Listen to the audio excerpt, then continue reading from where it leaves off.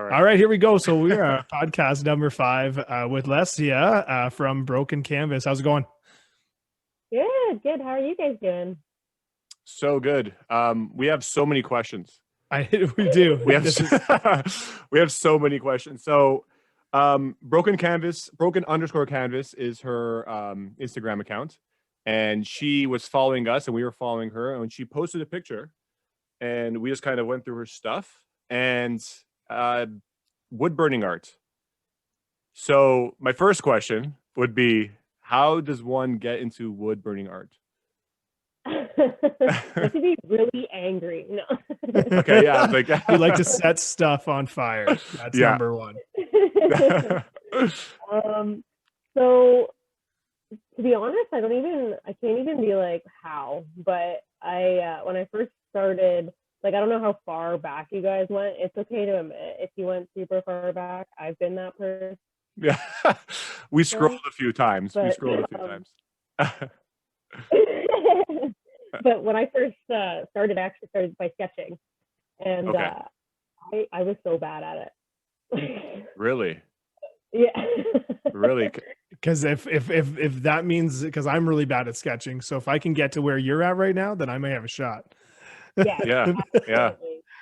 Also, it helps, like, when you're quitting a vice, to, like, be able to obsess about something that's, like, is kind of good for you. Okay, awesome. Yeah, so I was quitting smoking, and I was like, it was just bad. What do I do with my hands? Like that kind of Yeah. deal? Yeah, okay. And Because the natural progression doesn't go from, smoking to wood burning art. no. But I just have to light something on fire. yeah. So That's actually pretty good. That's actually pretty Yeah. good. Like, really good switch, actually, when you think about it. I want to light a cigarette on fire, and then I'm gonna just light wood on fire. It's much safer, Yeah. really. I don't. Is it safer? Honestly, I should wear a mask more often, and I'm not gonna lie, I don't. And I'm probably wow. breathing in all that. yeah. That's not good. Yeah. So who got you into it? Like, what made you jump to that? Like, how do you find tools for that? Like, it's so interesting. Like, where do you go? Is there like a wood burning shop? So my very first wood burner, I just went to, like, Michael's, and it was like $70. Oh, okay. And I had no idea, and they give you this kit that's like has 85 soldering ends, and you're like, what? And you end up using like 3 of them. Right. And, Okay, yeah. and then after that, because you get a stationary one, and it's just garbage. Like, you can't wood burn worth a shit on it, and I don't know how people do. And Yeah. because there are some people that can do it, and they just rock it, and it's out of my forte. Yeah. But yeah, and then the next one, you can go like Amazon, anywhere. I got mine from Lee Valley.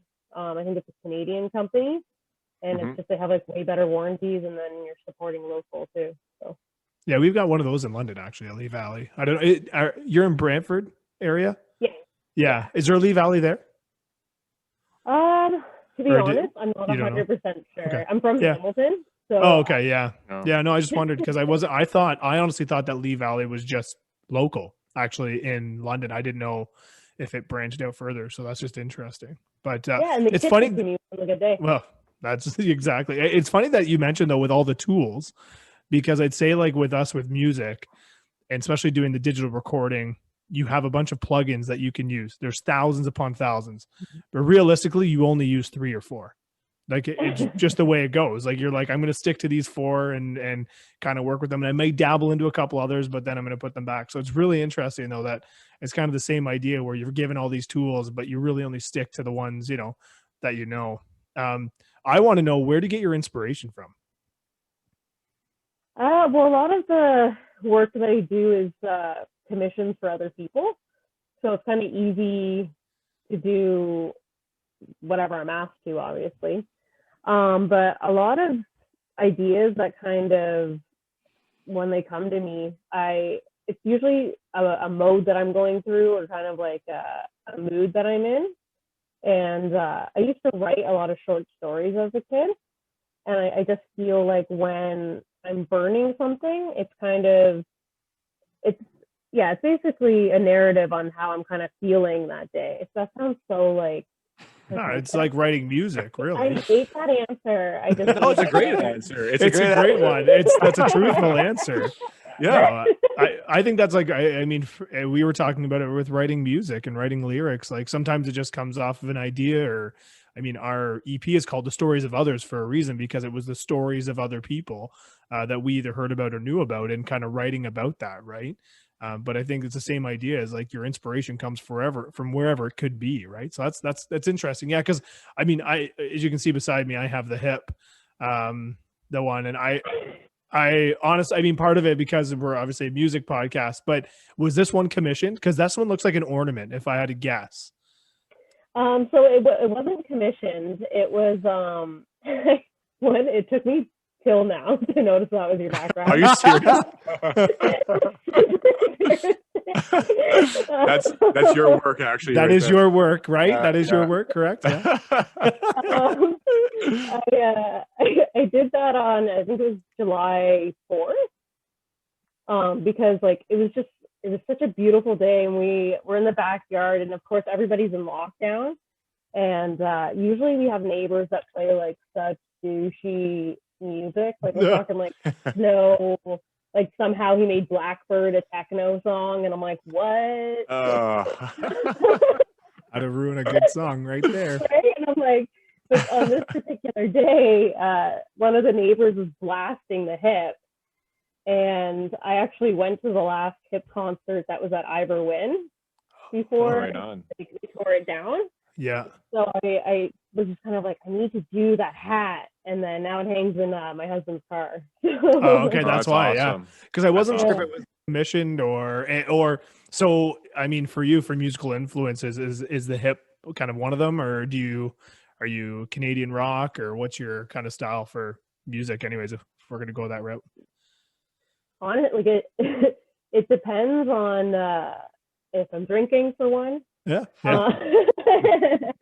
So, but I'd say the hip, definitely. I kind of feel like I am like a bandwagoner, but I don't really care, because it was like it was way later in their career that I was like, this song's awesome, and they're like, this song came out 5 million years ago, and you're not cool. Yeah. But and then it goes from that to whatever I can move fast to, if I have to like work out or whatever. Whatever So it is. the Yeah. only thing I can't do is like death metal. I Yeah. really on. tried to get into that in high school. I really tried to hang out with those kids, and Just didn't work out. Eh? couldn't do it. You know? No, can't relate. And then the other thing I have, and the reason why I pulled this one, not because of the hip actually, but it was because of the coloring. How do you get the color inside the wood burning? So I wish I had like a super sciencey answer where I'm like, well, you see. But the trick is to burn where you want to color first, so kind of outline it. Or because I use, I believe, just like Sharpie or like watercolor markers. But if you just use those, they'll bleed and the wood will kind of eat it like a spill.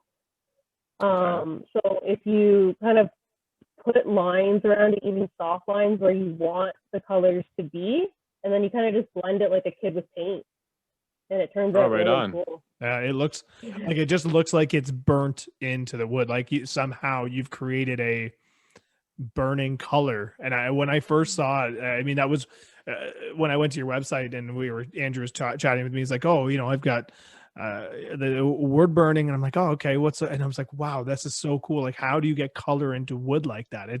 It blew me away. So I know it's not maybe you think it's an exciting answer, but I mean, I still wouldn't have been able to figure out what the process would have been. So you could probably design tattoos, actually, looking at some of your work. Yeah. Because some of your work, we recommend that anyone check out your work. It's super cool. It's super interesting. And that's why you're our first actual guest who wasn't in a band. And and it was like, we have to get her on and talk about this, because it's super interesting. No worries. Has the pandemic actually affected your work at all? Have you had more time to do it, or is wood harder to come by, because it's hard for everyone to come by right now? it I it's hard to, because I've been working the whole time. I think if I like 20 hours a week at the library, I'm a librarian Okay. and a wood burner. Oh wow. It's And like angel and devil. Like both sides, eh? You got both sides of it. sometimes Yeah. I rush to work and I'm like, don't look at me. No, in the summertime, I think I've had a lot more time, and it was more motivating because I could like do it outside and like wood or sand my wood outside and stuff, and just I think everything's better in the summer.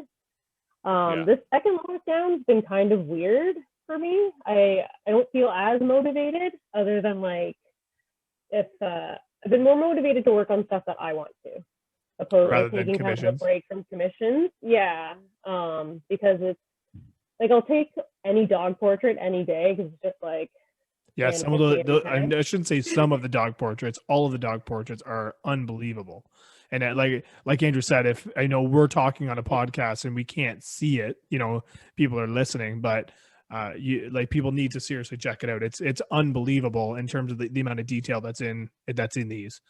So when you do it, do you draw them out first then on the wood? So I do. I usually have like a picture of whatever animal I'm doing, and then I have to stencil out. I kind of use negative space a lot, and that's just what it. Anyway, Yeah, explain if you can explain it for everyone, that would be great. It's I'm for like, people that don't if understand. condescending, I'm like negative No. space. Do you get it? No, never mind. I swear it makes in real life. So it's the idea, kind of like if you look at a dog and say it's like got different spots, I just go over it and pick out all the dark parts and leave all the lighter parts just blank. So when I take the stencil off, it usually kind of looks like a monster dog or monster animal at first. But then like again, like I wish I could say it was way more like super complicated, but I just follow my lines and I have to trust them, or like Yeah. shit. I guess there's a lot of I guess there is a lot of trust in what you've seen, but you still have to, I mean, you'd still have to take that picture though and start shading in, right, in the wood burning process to be able to get the depth, because there's a lot of depth in your images too, right? Yeah, it's a lot of starting at a low heat, because like a burner, depending on the one you have, goes from 1 to 10 or 1 to 8 or whatever, and basically doing the same motion, I'd say 3 different times, but at different heat. Oh wow. I wouldn't. Wow. Yeah, that wouldn't know. I would never know on that. No. Would have Sam do would just crank it on number 10 and let's start burning. Just go. People. Just go. Let's go. How many pieces in your house do you have of your own work? Hanging up or like in my closet? Like hanging up. Let's go displayed. Yeah, let's say displayed. Yeah, just how many are you like there? I'd say I have about 3 or 4. Oh, only. Yeah, Okay. I'm like still in that awkward. I don't know if you actually ever get out of like that imposter syndrome where you're like, I'm not like, this isn't something that I'm good at. Like I'm tricking all of you. Oh. Fair enough. You got me like, fooled you just then. haven't caught on yet. That's why she didn't recognize your background. And she's like, oh yeah, it's mine. Oh, right. that's Whoops. right. Yeah. Now I need to make a story of how I made that. Great. Got me. But it's funny because I can relate in terms of, I was saying, listening back to like our music that we make, once it's out there, I'm almost like, I'm done. I'm at peace with it. I don't need to hear it again necessarily. I don't know about you, Andrew, how you feel with it. I'm more inclined of just wanting to make more, right? Make more art. In that case, for us, it's music. For you, it's wood burning. So I wonder if that's also maybe it. Like it's just one of those feelings where it's like, I want to have some sort of disconnect with it and go, you know what, it's done. I'm putting it off to the side. And even though there's more to be made, but I wonder if that's kind of the same feeling. I think a part of it is, I think too, like things that I'm going to notice that are wrong with it, or wrong like in your circumstance music, Not that there's anything wrong with it.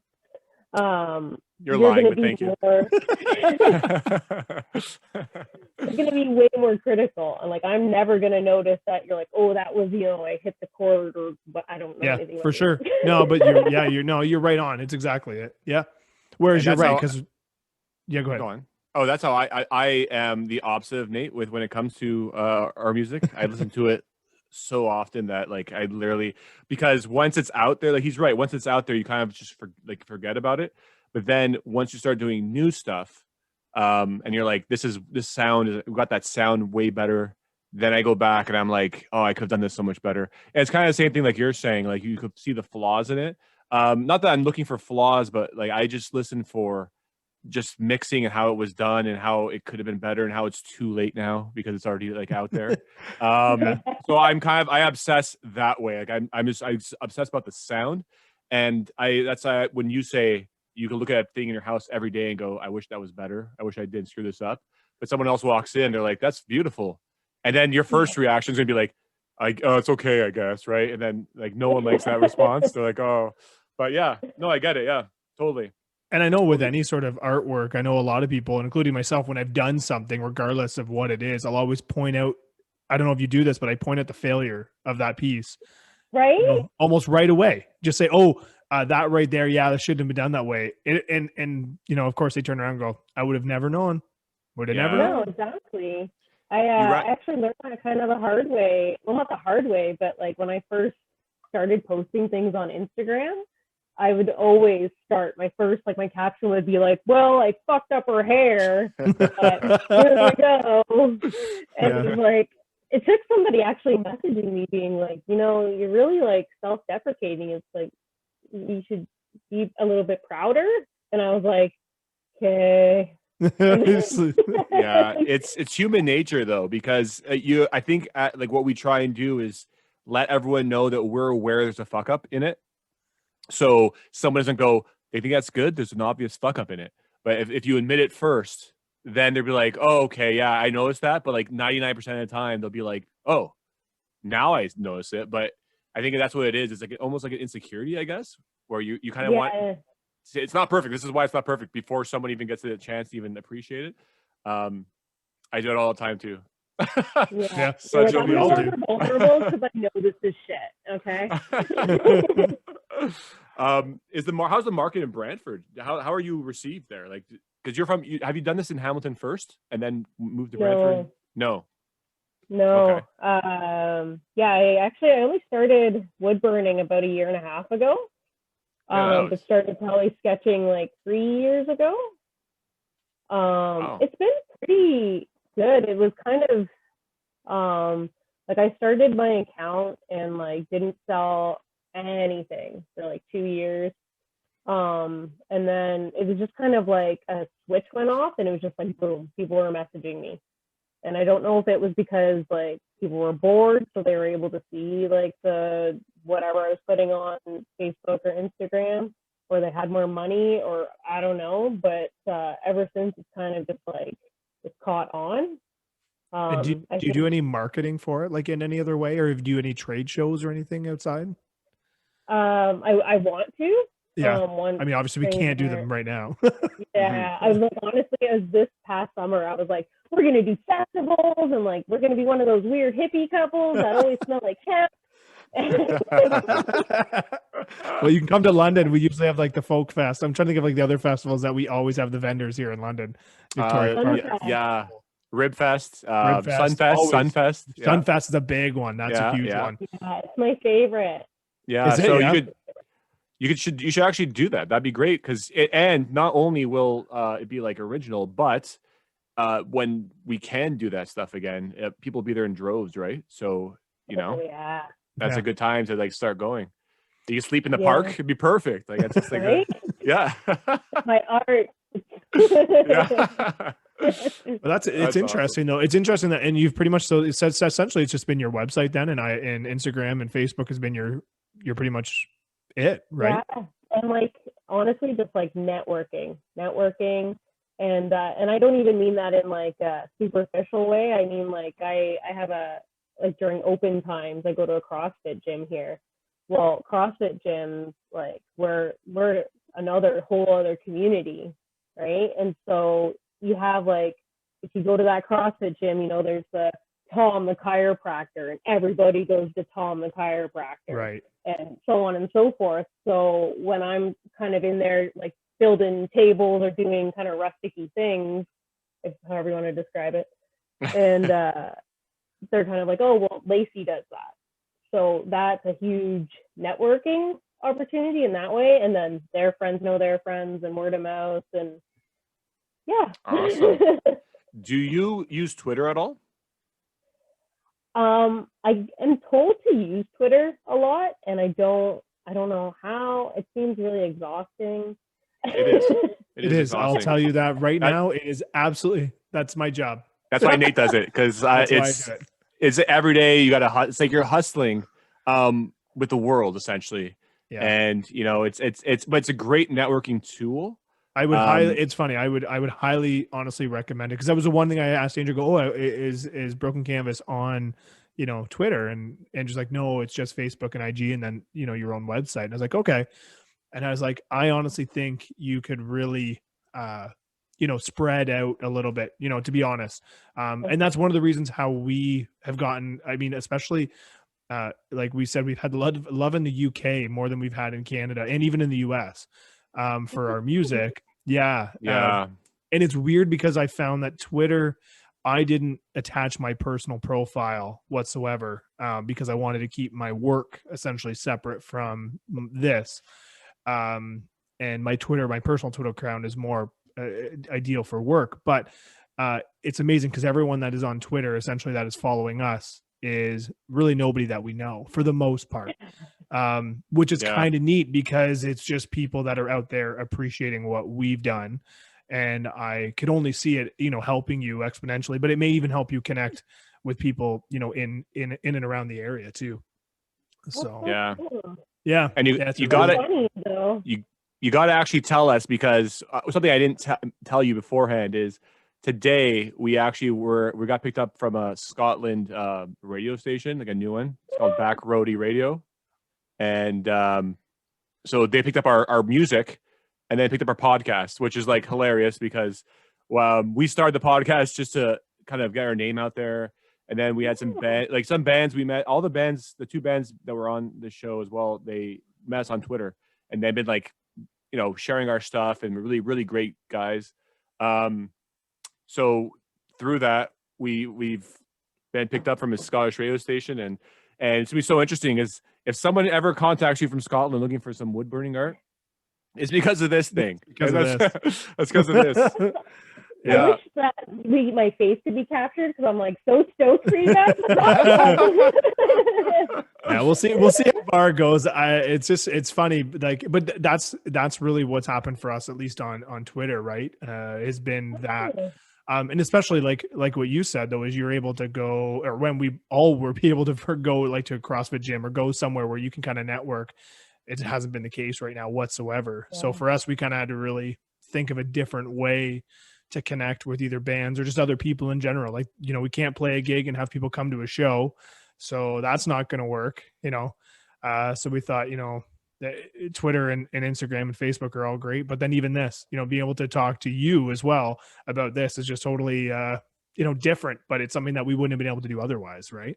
So. Totally. I love all the people. Like I've connected with so many people that if I hadn't picked up a hobby that is now like, what's in between an obsession and a hobby?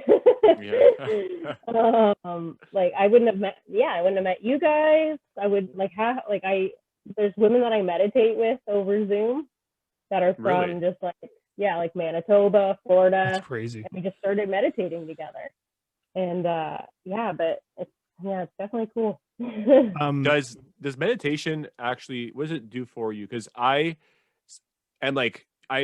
either highly stoked or anxious, I guess. And I was looking at meditation, but I'm just like, I can't stay still for too long. I'm just always So what does it do for you? What are the benefits? Does it actually you feel loose and I'll join your group. I'll join your group. I was gonna say you're gonna do something. I'll jump in. Sold.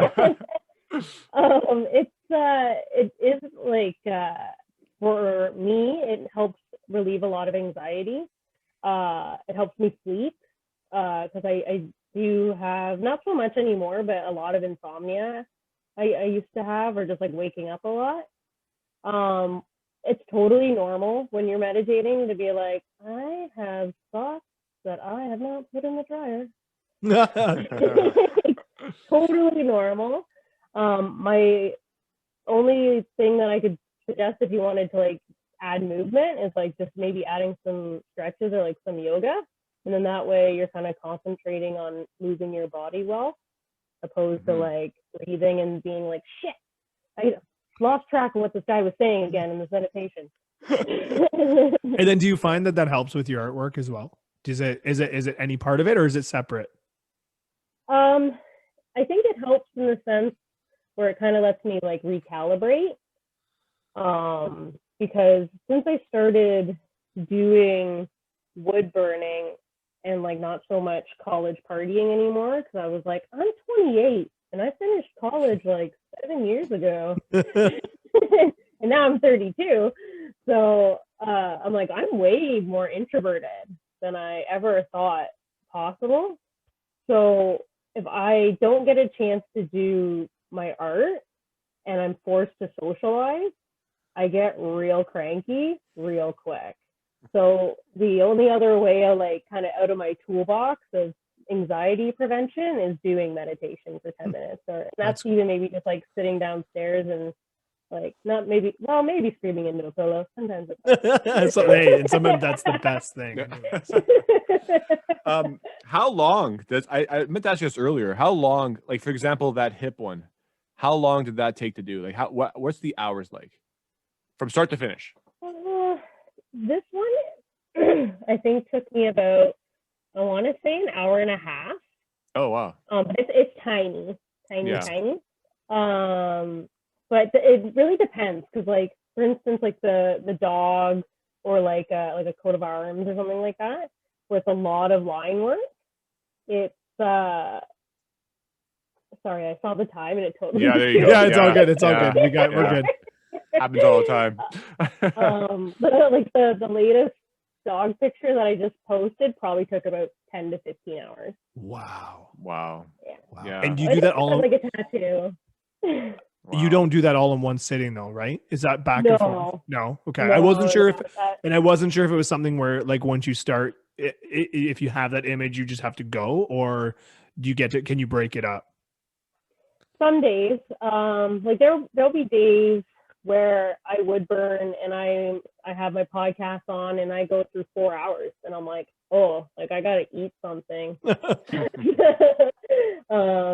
But then there's other days where you're just, and I'm sure you've had days like this where you're just like, I'm not really feeling it. I don't really have anything going on, and like maybe that's my body's way telling me I got to do something else today. Yeah. So and then what's the largest? Would you know? Like, would you be? I don't know if you know this, but do you know what the largest piece you've ever done? Like, how big? Probably about 3 feet by 2 feet. Wow. Okay. That is large. It was actually for a guy that I didn't know him, nicest guy, and his friend had passed away, and his name was Rusty, and so he turned his garage, especially during the pandemic, into like a bar that him and his buddies could hang out at, and wanted me to make a fishing sign. Yeah. That's awesome. Yeah. It said Rusty's, and I guess his buddy's like quote for life was "fit in or fuck off." That's amazing. So yeah, and then good we old have, like, Rusty. different types of fish all over it. So that's really so cool. You know, I'm looking at Nate's background. I'm looking at my background, and I think I might need you to make me a Chasing Records one. That would be actually sweet, right? Like I'm just looking at the circle imagery here, and yeah, that's actually really cool. Your marketing worked. Your marketing worked. Like I'm seeing circles, right? And now I want it. Yeah, I might have to get you to make one. I think that'd be pretty cool. Yeah, I definitely do that.